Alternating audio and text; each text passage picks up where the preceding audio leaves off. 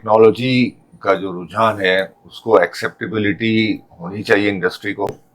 और हमारी HVACR industry के अंदर AI का अमल और दखल और असर रसूख, उसकी जो इन्फ्लुएंस है अच्छा खासा है। सरप्राइजिंग बात यह है, शायद ये किसी को नहीं मालूम और हर एक को ये धोखा होता है कि वो भी हनीवेल का एजेंट है, वो भी हनीवेल, सब जुड़ी में जो अच्छे लेवल के लड़के होते हैं वो यहाँ नहीं रुकते हैं, वो सब बाहर जाने की जो अच्छे कंसल्टेंट नजर आते हैं, जो जहाँ पे प्रोफेशनलिज्म है, जहाँ पे पढ़े लिखे लड़के काम करते हैं, खुद भी पढ़े लिखे हैं बहुत ज्यादा, और जिनका रुझान है कंट्रोल्स एंड ऑटोमेशन की तरफ भी, वो इस टेक्नोलॉजी को एक्सेप्ट कर रहे हैं बड़े धड़ल्ले से, वसूख के साथ। मैं कहता हूं कि we are the only partner of Honeywell in Pakistan. AI का इस्तेमाल कुछ सालों के बाद, बल्कि 1 साल के बाद भी अगर कोई कहेगा कि मैं तो नहीं इस्तेमाल करता, तो वो मेरे ख्याल में पीछे रह जाएगा। हनीवेल के साथ हमने जब चले हैं तो हमारी सबसे बड़ी जीत क्या है हमारी, कि हम खुद हनीवेल के ट्रेन इंजीनियर, तो हमारी कम्युनिटी में हमारे सैयदना साहब ने हमेशा हमें रुझान दिया है कि हम कारोबार करने के लिए पैदा हो। अस्सलाम वालेकुम नाज़रीन, आप देख रहे हैं इंजीनियरिंग रिव्यू और मैं हूं आपका मेज़बान मोहम्मद सलाउद्दीन। आज हम सैफुद्दीन साहब के पास आए हैं JES इंस्ट्रूमेंटेशन एंड कंट्रोल्स के दफ्तर के अंदर, और सैफ भाई का बहुत लंबा तजर्बा है इंस्ट्रूमेंटेशन एंड कंट्रोल्स के अंदर। सर शुक्रिया बहुत बहुत सैफ भाई, थैंक यू वेरी मच, आपने हमें टाइम दिया। अच्छा सैफ भाई, एक आपकी तो ज़िंदगी गुजर गई इंस्ट्रूमेंटेशन एंड कंट्रोल्स के अंदर काम करते हुए जी। इस वक्त जो आम लोगों के अंदर चैट GPT और AI का एक बड़ा रुझान है और बज़वर्ड भी है, इंडस्ट्री के अंदर क्या इसकी इम्प्लीमेंटेशन हो रही है और कितना उसको वेलकम किया गया है या कितनी रेजिस्टेंस है वहां से? सबसे पहले तो मैं ये कहूँगा कि टेक्नोलॉजी का जो रुझान है उसको एक्सेप्टेबिलिटी होनी चाहिए इंडस्ट्री को। और हमारी HVACR इंडस्ट्री के अंदर AI का अमल और दखल और असर रसूख, उसकी जो इन्फ्लुएंस है अच्छा खासा है। आज के ज़माने में AI का जो इस्तेमाल है वो 100% इम्प्लीमेंटेड हो रहा है। जैसे कि हमारी इंडस्ट्री में हम क्योंकि कंट्रोल्स एंड ऑटोमेशन के लोग हैं, इसमें जो हमारा जो सॉफ्टवेयर होता है बिल्डिंग मैनेजमेंट सिस्टम, उसके अंदर AI उसको मिला दिया जाता है। और उसका फ़ायदा ये होता है कि लाइक प्रिडिक्टिव जो एक्शंस होते हैं वो वक्त के ऊपर ले लिए जाए। पिछला डाटा सारा, जितना भी डाटा बन रहा है, लॉगिंग हो रही है, एनालिसिस हो रही है, वो सारा जमा होता चला जाता है और आगे की प्रिडिक्शन AI की मदद से हो जाती है। तो इस तरह से एनर्जी एफिशिएंसी की तरफ अगर हम ले जाएं BMS को, तो AI का अमल दखल है और इस इंडस्ट्री ने बड़े भरपूर अंदाज में इसको एक्सेप्ट किया है। अच्छा, इंडस्ट्री में दो तरह का है ना, एक तो सेठ हैं और फिर नीचे जो इम्प्लीमेंट जिसने करना है, जो वर्कर कह लें या सुपरवाइजर कह लें, उनको कितना दोनों साइड पे कितना इसको वेलकम किया गया है और उनको कितनी आसानी हुई है इस सारे प्रोसेस से? अब आपने जो वर्ड इस्तेमाल किया है सेठ का, तो उसमें जो कॉरपोरेट लेवल के लोग हैं, जहाँ प्रोफेशनलिज्म का रुझान ज़्यादा है, वहाँ पे पहले हम स्टार्ट लेते हैं कंसल्टेंट से। एक्चुअली हम एंड यूज़र एंड पे बाद में जाते हैं, पहले हम कंसल्टेंट हजरात पे जाते हैं। जो अच्छे कंसल्टेंट हैं, ऑर्थोडॉक्स हैं, शायद उनको इवन BMS का भी इतना आज के ज़माने में भी इतना उनको इसकी इफादियत का अंदाज़ा नहीं है, वो सिर्फ एक वर्ड के ऊपर जाते हैं। लेकिन जो अच्छे कंसल्टेंट नजर आते हैं, जो जहाँ पे प्रोफेशनलिज्म है, जहाँ पे पढ़े लिखे लड़के काम करते हैं, खुद भी पढ़े लिखे हैं बहुत ज़्यादा, और जिनका रुझान है कंट्रोल्स एंड ऑटोमेशन की तरफ भी, वो इस टेक्नोलॉजी को एक्सेप्ट कर रहे हैं और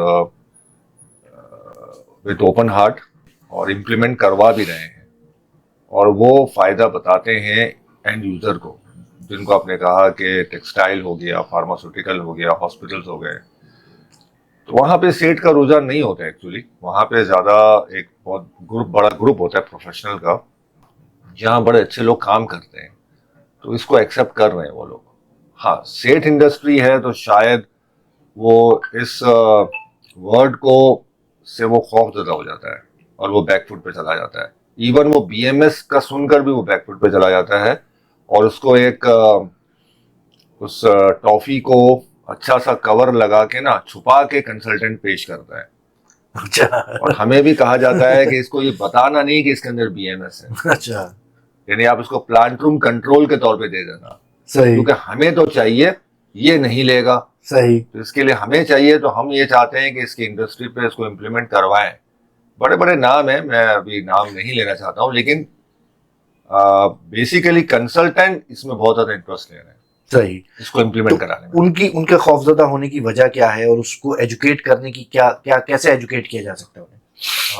पढ़ाई, इसके अलावा पिछली जो एक सोच है, जो नए लोग हैं, पढ़े लिखे लोग हैं, जो बाहर से पढ़ के आ रहे हैं और यहाँ पर भी अच्छी यूनिवर्सिटीज में पढ़ के आ रहे हैं, जिन्होंने वाकई एजुकेशन ली है, तो इसको बड़ी ओपन हार्ट से इसको एक्सेप्ट भी कर रहे हैं इस टेक्नोलॉजी को।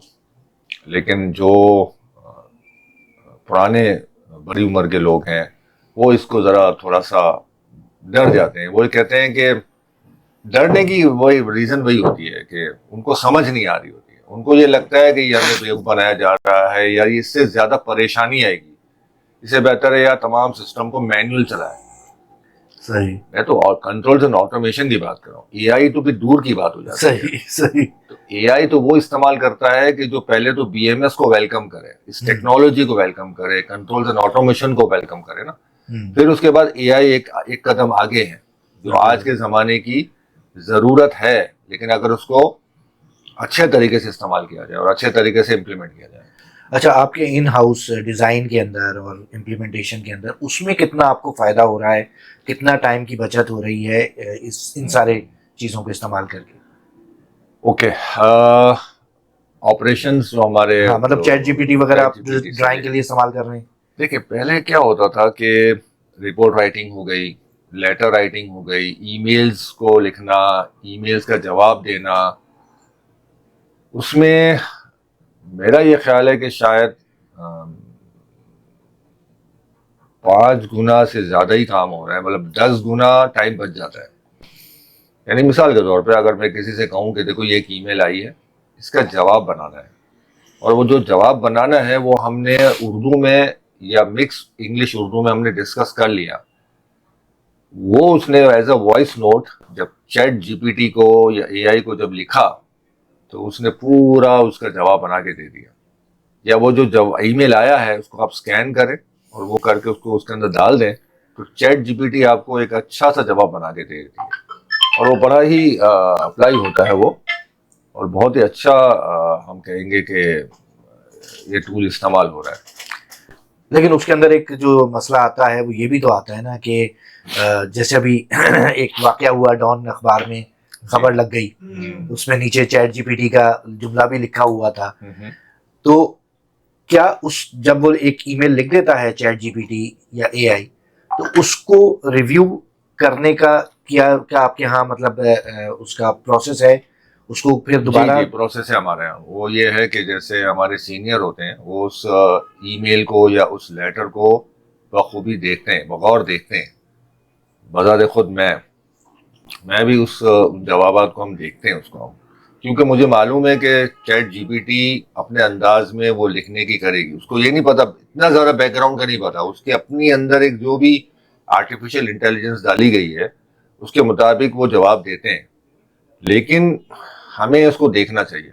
जो मेरा जवाब है वो यही है कि टोटल डिपेंडेंसी 100% ना करें, यानी आप उसकी मदद लें एज ए टूल, लेकिन करेक्शन करना आपकी जिम्मेदारी है, क्योंकि आप ये देखेंगे सामने वाले ने इसको किस टोन में लिखा है, सही, किस वजह से लिखा है, किस बैकग्राउंड की वजह से लिखा है। वो एआई को भी नहीं पता, हिस्ट्री नहीं पता उसको कि वो लिखी क्यों गई है। सही, आपको पता है, उसने तो वो जवाब बना दिया, तो आपको बेहतर है कि आप उसके टोन को चेंज करें, उसके अल्फाजों की सिलेक्शन पे जाएं। हाँ, ये बात है कि आपकी एजुकेशन होनी चाहिए। अगर आपकी एजुकेशन ही नहीं है लिखने वाले की, तो वो तो 100% एआई का इस्तेमाल करेगा और उसको ये भी नहीं पता होगा कि आया क्या था और लिखा क्या था। उसने तो कहा यार मैं अपनी जान छुड़ाऊं और मैं उसका जवाब बना के दे दूं। लेकिन हमारे ऑफिस में ये माहौल जरा डिफरेंट है। हम ये देखते हैं कि क्या चीज लिख कर आई है, वो किस वजह से लिखा गया है, और हमें अब जो जवाब देना है उसका टोन क्या होना चाहिए, और हमें एक्चुअली देना क्या था जवाब। तो क्या वो अल्फाज इस्तेमाल किए गए हैं? अगर किए गए हैं तो ओके, ठीक है। मेरे ख्याल में एआई का इस्तेमाल से फायदा लेने का भी एक फन होना चाहिए। सही। और इस पर भी बहुत काम हो रहा है। कुछ लोग हैं कि जो इसकी ट्रेनिंग भी दे रहे हैं कि आप एआई को कितनी हद तक इस्तेमाल करें, हाँ, और कैसे इस्तेमाल करें। क्या और कैसे इस्तेमाल करें। हाँ, कब का तो नहीं है इसमें कोई। हाँ, हाँ, करें इस्तेमाल, हाँ, इसका फायदा लेना चाहिए। सही आपका वक्त बचता है। जैसे एक मिसाल दे रहा हूं आपको, वर्ड, एक्सेल, पीपीटी, कैनवा, बहुत सारे ऐसे टूल हैं। मैं तो बहुत ही मामूली टूल्स के हाँ, अगर आज के जमाने में आपसे कहा जाए कि मैं आप स्प्रेडशीट का इस्तेमाल नहीं करना है लेकिन कोटेशन बनानी है, तो आप बोलेंगे यार ये बड़ी जाहिलियत की बात कर रहा है। हाँ, इसी तरह एआई का इस्तेमाल कुछ सालों के बाद, बल्कि 1 साल के बाद भी अगर कोई कहेगा कि मैं तो नहीं इस्तेमाल करता, तो वो मेरे ख्याल में पीछे रह जाएगा। हाँ, सही। अच्छा, तो दूसरा एक बड़ा इशू होता है हमारे इंडस्ट्री के अंदर के जो इंजीनियर्स बनकर आ रहे हैं, बहुत सारी यूनिवर्सिटीज खुल गई हैं, बहुत सारी पुरानी यूनिवर्सिटीज हैं, वो उनकी क्वालिटी कैसी है? क्या आपके पास जो नए इंजीनियर्स आ रहे हैं या जिनके साथ आप काम कर रहे हैं एज अ सप्लायर या एज अ कॉन्ट्रैक्टर, उनका क्या लेवल है? उनकी प्रोडक्ट कैसी है यूनिवर्सिटीज की? अच्छा सवाल है आपका। और इस इंडस्ट्री में दो चीज़ें हो रही हैं जो मैंने फील की है, और हमें जब अपनी वैकेंसीज जब हमें फिल करनी होती हैं तो हमें बहुत ज़्यादा परेशानी भी हो रही है। वो इस तरह से है कि जो लड़के अच्छी यूनिवर्सिटी से पढ़ के आते हैं वाकई अच्छे होते हैं। जैसे मैं नाम लूँ, जीआई के ले लूँ, लम्स ले लूँ, एनईडी यूनिवर्सिटी ले लूँ, लड़के अच्छे होते हैं। लेकिन वो जो अच्छे लेवल, उसी में भी जो अच्छे लेवल के लड़के होते हैं वो यहाँ नहीं रुकते हैं, वो सब बाहर जाने की कर रहे हैं और वो चले जाते हैं विद इन अ ईयर। तो बहुत ज़्यादा ड्रेन भी हो रहा है यहाँ पे। अब जो लड़के एवरेज हैं वो रह जाते हैं यहाँ पे, और जिनको या जो नहीं जा पा रहे हैं वो, उनमें लेवल उनका जो है ना अच्छा नहीं है। अब चाहे फिर वो यूआईटी का बंदा हो, हमदर्द का हो, सर सैयद का हो, वो सेकंड लेयर हो गई। इसके अलावा एक थर्ड लेयर भी है। कुछ ऐसी छोटे इंस्टीट्यूशंस हैं जिनसे वो पढ़कर आते हैं, तो उनके लड़के अच्छे नहीं होते। मतलब इंटरव्यू में उनको ये नहीं पता होता है कि मैंने फाइनल ईयर प्रोजेक्ट क्या दिया था, उसको फंडामेंटल्स भी नहीं आते हैं। इलेक्ट्रॉनिक इंजीनियर्स होते हैं, नेटवर्क इंजीनियर्स होते हैं, उनको इलेक्ट्रिकल इंजीनियर्स होते हैं, उनको ये नहीं पता कि हम जो सवाल कर रहे हैं वो ऐसा लगता है जैसे पहली दफा सुन रहे हैं, लेकिन वो पास होकर आ रहे हैं। यानी उन्होंने अपने 8 सेमेस्टर गुजार कर आ रहे हैं, क्लियर कर आ रहे हैं वो। तो आप अंदाजा कर सकते हैं कि वो किस लेवल के लड़के होंगे। लेकिन मैं सिर्फ उन लड़कों की बात कर रहा हूँ कि जो अच्छी यूनिवर्सिटी में नहीं पढ़ रहे हैं, और जो अच्छी यूनिवर्सिटी में पढ़ रहे हैं वाकई बहुत अच्छे प्रोफेशनल आते हैं, लेकिन उनका लेवल बहुत हाई होता है, उनकी एक्सपेक्टेशन भी बहुत है। आज के इंजीनियर्स में सबसे बड़ा फुकरान ये भी हो गया कि उनकी एक्सपेक्टेशन बहुत ज़्यादा है। वो ये समझ रहे हैं कि शायद हमें 5 फिगर हमें मिलेगी। सही। दाखिल होते ही मतलब आते ही। मेरा बेटा बाहर से पढ़ के आया था, लॉ करके आया था, बार एट लॉ, तो उसकी एक्सपेक्टेशन थी 200,000। सही। 2 लाख रुपए। आज से 5 साल पहले की बात कर रहा हूँ। सही। आपको अंदाजा नहीं है, उसको 20,000 रुपए की नौकरी मिली। आज वो 4 लाख के ऊपर है 5 साल में। सही। लेकिन उसको 5 साल लगे उसको। लेकिन एंट्री के वक्त तो वो 20 पे ही 20 स्टार्ट करना है। और सामने वाले ने यही कहा कि तुम्हें कोई नहीं देगा, तुम चाहे कहीं से भी पढ़ के आ जाओ, तो हम तो सिखाएंगे तुम्हें आता क्या है। और वाकई ऐसा था। इंजीनियरिंग में भी ऐसा ही है कि सबको ये सोचना चाहिए कि हमें कुछ नहीं आता है। ये जो यूनिवर्सिटी में हम पढ़ के आते हैं हमें वाकई कुछ नहीं आता है। 2 साल मिनिमम लगाने पड़ते हैं, तब जाके आपको ये पता चलेगा कि आप किस फील्ड में जाना चाहते हैं। अच्छा। आपको अंदाजा ही नहीं है कि आपकी फील्ड क्या है। मतलब आप इलेक्ट्रिकल या इलेक्ट्रॉनिक्स पढ़ के भी आए? पढ़ के भी आए आप। बहुत वैरायटी है ना काम करने की। आप जब वैरायटी है आपके पास, तो आपको नहीं मालूम कि आपको शौक किस में है। इलेक्ट्रॉनिक्स के अंदर भी बहुत वैरायटीज है। काम करेगा तो उसको समझ में आता है कि मेरे अंदर का पैशन क्या है। अगर उसको मालूम है तो वो पहले से ही वो डिसीजन ले चुका होता है। 50% से लोग ऐसे हैं ज्यादा कि जिनको ये नहीं मालूम कि मुझे अपनी फील्ड में करना क्या है, मुझे क्या आता है और मुझे टेस्ट है जिसका, सही। काम करने के बाद पता चलता है उसको। और ये हम कर रहे हैं इस वक्त कि हम वो लड़के ज्यादा लेते हैं कि जिनको ये नहीं मालूम कि मुझे करना क्या है। तो मुझे खुशी ये होती है कि मैं उसको इस काबिल बना देता हूँ 2 साल में 4 साल में कि उसको ये समझ में आ जाता है कि मुझे करना क्या था। ये बहुत इंपॉर्टेंट चीज है, ये बताओ। बिल्कुल सही बात है, बिल्कुल सही बात है। अक्सर लोग पूरी जिंदगी निकाल देते हैं और को ये नहीं पता होता है कि यार एक्चुअली मुझे करना क्या था। हाँ, तो एक तो ये कि इसमें मैं बात करता हूँ थोड़ी देर में, लेकिन ये कि एक तो टॉप लेवल तो हमारे पास से निकल गई, वो तो पाकिस्तान से बाहर जा रही है या उसका 10-20% बच गया। एवरेज जो लड़का आया आपके पास जी, उसको कितना टाइम लगता है आपके साथ काम शुरू कर देने, जो आपने कहा ना कि उसे तो पता ही कुछ नहीं, आपने सिखाना है उसे। जी जी। तो कितना टाइम लगता है कि वो आप कहेंगे हाँ यार अब ये बंदा मेरे काम का है? ठीक है, मैं बताता हूँ आपको। कम से कम 6 महीने तक हम उसको यहाँ पे एनवायरनमेंट में रखते हैं, उससे बहुत सारे काम करवाते हैं। 6 महीने बाद उसको ये एहसास होता है। कुछ लड़के होते हैं जो 3 महीने में पिक करना शुरू कर देते हैं, यानी उसके अंदर वो चिंगारी जो हम लगा रहे हैं ना, तो वो अब उसके अंदर वो शोले आने शुरू हो गए। कोयले को जलाते हैं जैसे आप, तो कुछ कोयले टाइम लेते हैं, हाँ, और कुछ जल्दी से पकड़ लेते हैं। हाँ। एवरेज 6 महीने लगते हैं। एक लड़का था 9 महीने लगे उसको, किसी को साल लगा। अगर वो टिक जाता है, और हमारे पास ऐसे भी लड़के हैं जो 6 साल हो गए, 10 साल हो गए, और वाकई वो ये कहते हैं कि हमें तो मालूम ही नहीं था कि हमारे में क्या है इतना टैलेंट, आपने उठाया है इसको आपने। सही। तो इसी तरह यहाँ पे कुछ कंसल्टेंट, कुछ कॉन्ट्रैक्टिंग कंपनियां, कुछ प्रोफेशनल कंपनी ऐसी हैं कि जो ये काम करती हैं, जिनको ये शौक है कि जो टैलेंट है ना वो लड़कों में से निकालें। कोई डफर नहीं होता, उसको मालूम नहीं होता कि मुझे करना क्या है। अच्छा, ये जो बात आपने पहले भी सवाल के जवाब में कही कि उसे मालूम नहीं होता कि करना क्या है, और आप उसे एक गाइड करते हैं या उसे एक पटरी पे चढ़ाते हैं। जी। मिसाल के तौर पे 6 महीने उसने जेईएस में काम किया और आपको भी लगा या उसको भी लगा कि नहीं यार अब मुझे तो कंसल्टेंट बनना था, मैं यहाँ इंस्ट्रूमेंटेशन में कहाँ आ गया, या मुझे कॉन्ट्रैक्टिंग बनना था।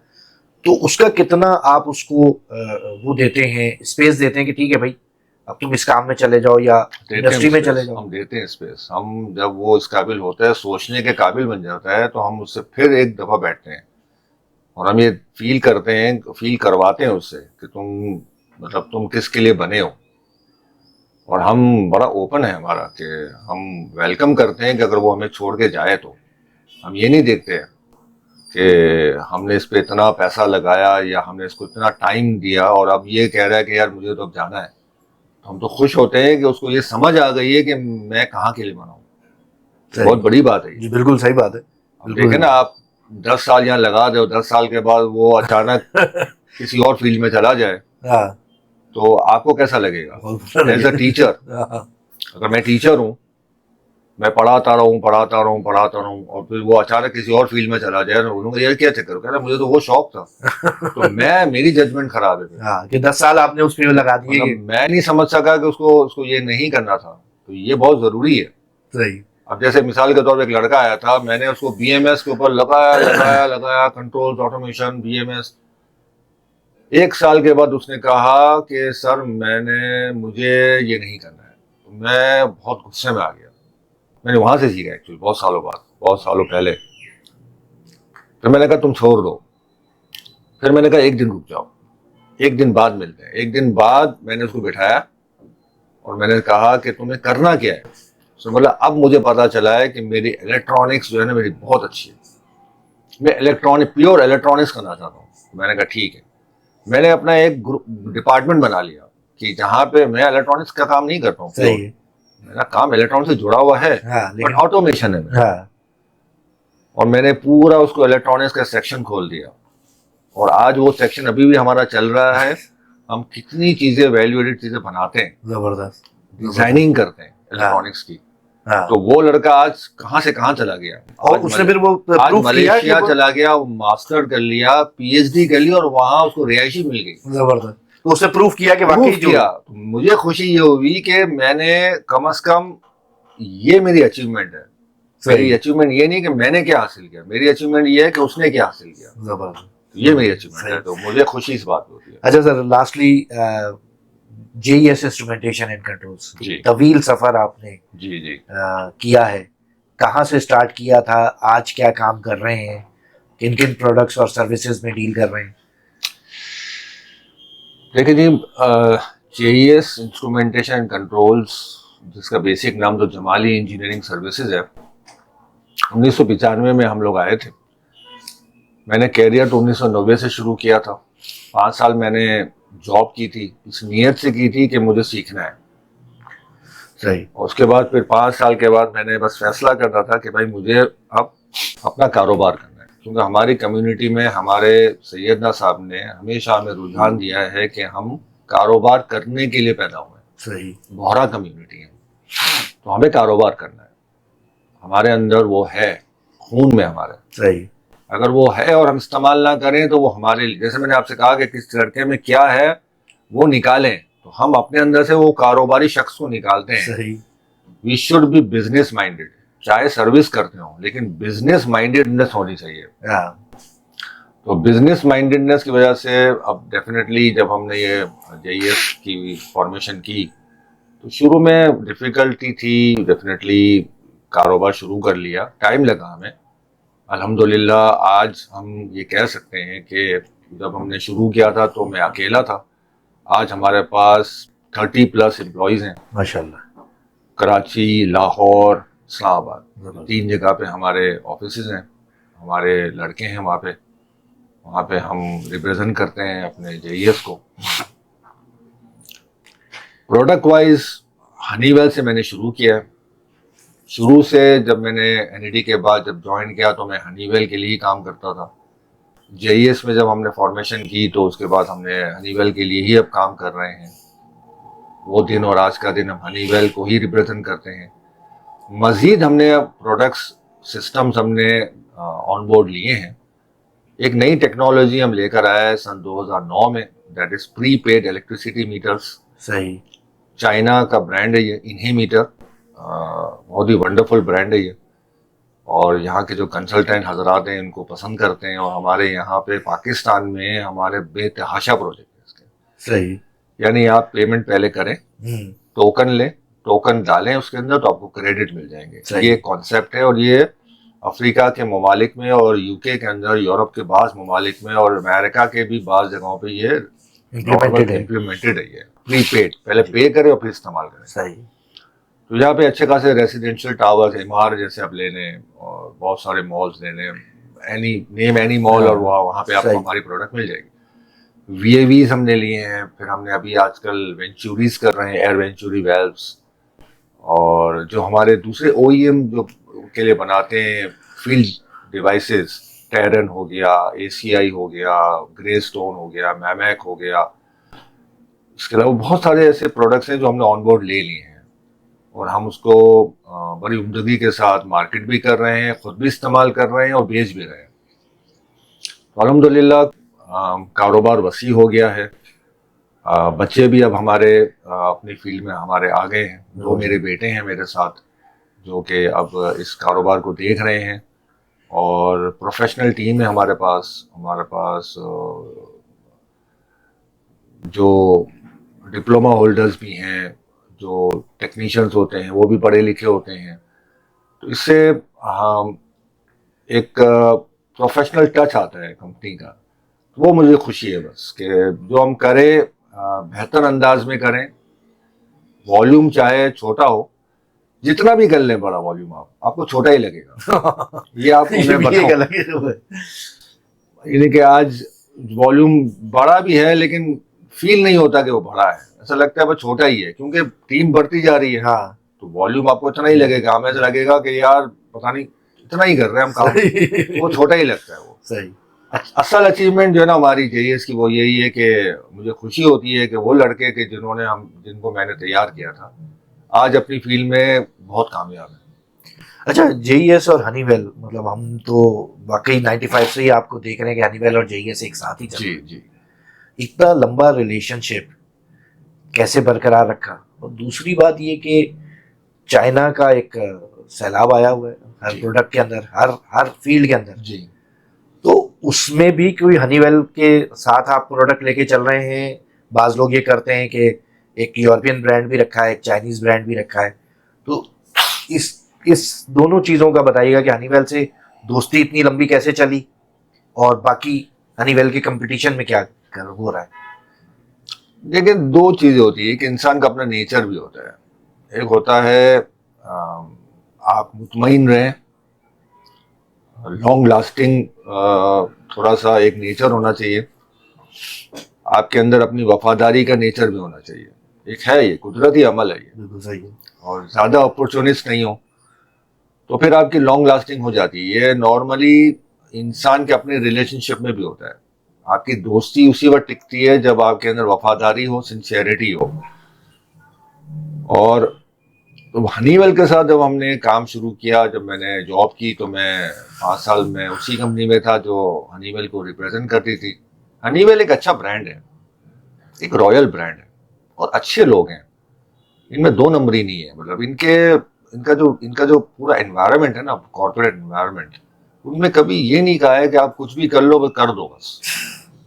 उनकी प्रोडक्ट लाइन भी बहुत उम्दा है।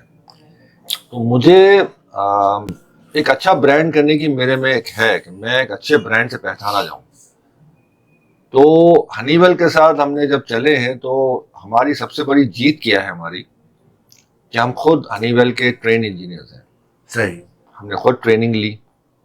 मेरे कजिन ब्रदर हनीवेल में थे, मेरे साथ थे, फिर वो हनीवेल ज्वाइन किया उन्होंने, फिर 5 साल के बाद मेरे साथ हो गए।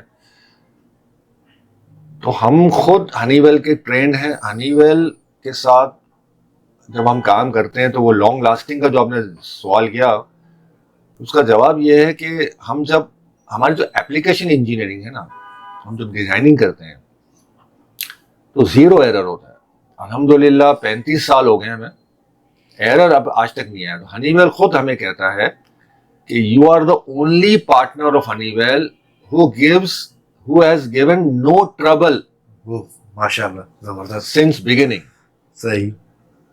हमारे ऐसे ऐसे भी वो हैं जो इतने एरर्स करते हैं, हमने आज तक एरर नहीं किया। तो आज भी वो हमें बड़ा रिगार्ड करते हैं। हमारा वॉल्यूम चाहे इतना ना हो दूसरे ममालिक के हवाले से, लेकिन हमें रिगार्ड्स बहुत दिया जाता है और हम बड़ी लॉयल्टी के साथ हनीवेल को लेके चल रहे हैं। और अल्हम्दुलिल्लाह पिछले 2 सालों में हमने हनीवेल का बिजनेस भी बहुत बहुत बढ़ाया हमने, without any trouble, without any failures. तो ये हमारी हनीवेल के साथ जो एक कनेक्शन है ना, वो इसीलिए बरकरार है कि वो हमें कभी ये नहीं कहा कि यार हमारे मुकाबले में किसी और को मुंतखब किया हो। सही। सरप्राइजिंग बात यह है, शायद ये किसी को नहीं मालूम और हर एक को ये धोखा होता है कि वो भी हनीवेल का एजेंट है, वो भी हनीवेल, सब झूठ बोलते हैं। सही। मैं बड़े धड़ल्ले से वसूख के साथ मैं कहता हूं कि we are the only partner of Honeywell in Pakistan. अच्छा। For Honeywell HVAC controls and BMS system. सही। फायर अलार्म के अलग एजेंट्स होते हैं, सिक्योरिटी सिस्टम अलग है, सबकी डिवीजन अलग है। लेकिन for HVAC controls and BMS system मैं बड़े वसूख के साथ कहता हूँ। और आपको देखना हो कि हनीवेल का एजेंट कौन है तो आप जाइए hanivel.com के ऊपर और वहां जाके तलाश कीजिए कि पार्टनर फाइंड कीजिए, तो आपको हम नजर आएंगे। आपको हनीवेल की वेबसाइट। मतलब ये हनीवेल का दावा। और आप हनीवेल को ईमेल लिखें। हम तो कहते हैं हमारे जितने भी क्लाइंट्स हैं यार, वो कहते हैं, मैंने कहा कुछ भी नहीं, आप ऐसा करें, आप हनीवेल को ईमेल लिखें। हनीवेल मिडिल ईस्ट को ना लिखें, आप हनीवेल US को लिखें, hanivel.com को लिखें ना आप, विदाउट एनी हेजिटेशन आप लिखें और लिखते हैं उनको जवाब आता है। हमारे बहुत सारे क्लाइंट हमारी तरफ इसलिए आए हैं कि वो उन्होंने कहा कि आप यहाँ का एजेंट कौन है, तो उन्होंने हनीवेल को लिखा, तो हनीवेल मिडिल ईस्ट की तरफ ईमेल आई और हनीवेल मिडिल ईस्ट ने उनको हमें डाइवर्ट किया। सही। ये हमारे एजेंट है। सही। JES instrumentation and controls. तो ये हमारी लॉयल्टी आज हमें फ्रूटफुल, हमें जो फ्रूट्स दे रही है ना, फल दे रही है, वो ये है 35 साल के बाद हनीवेल हमें रिगार्ड्स देता है, और हम बड़े वसूख के साथ, मैं फिर से कह रहा हूँ कि we are the only agent of Honeywell in Pakistan. Thank you very much साहिब भाई, बहुत बहुत शुक्रिया।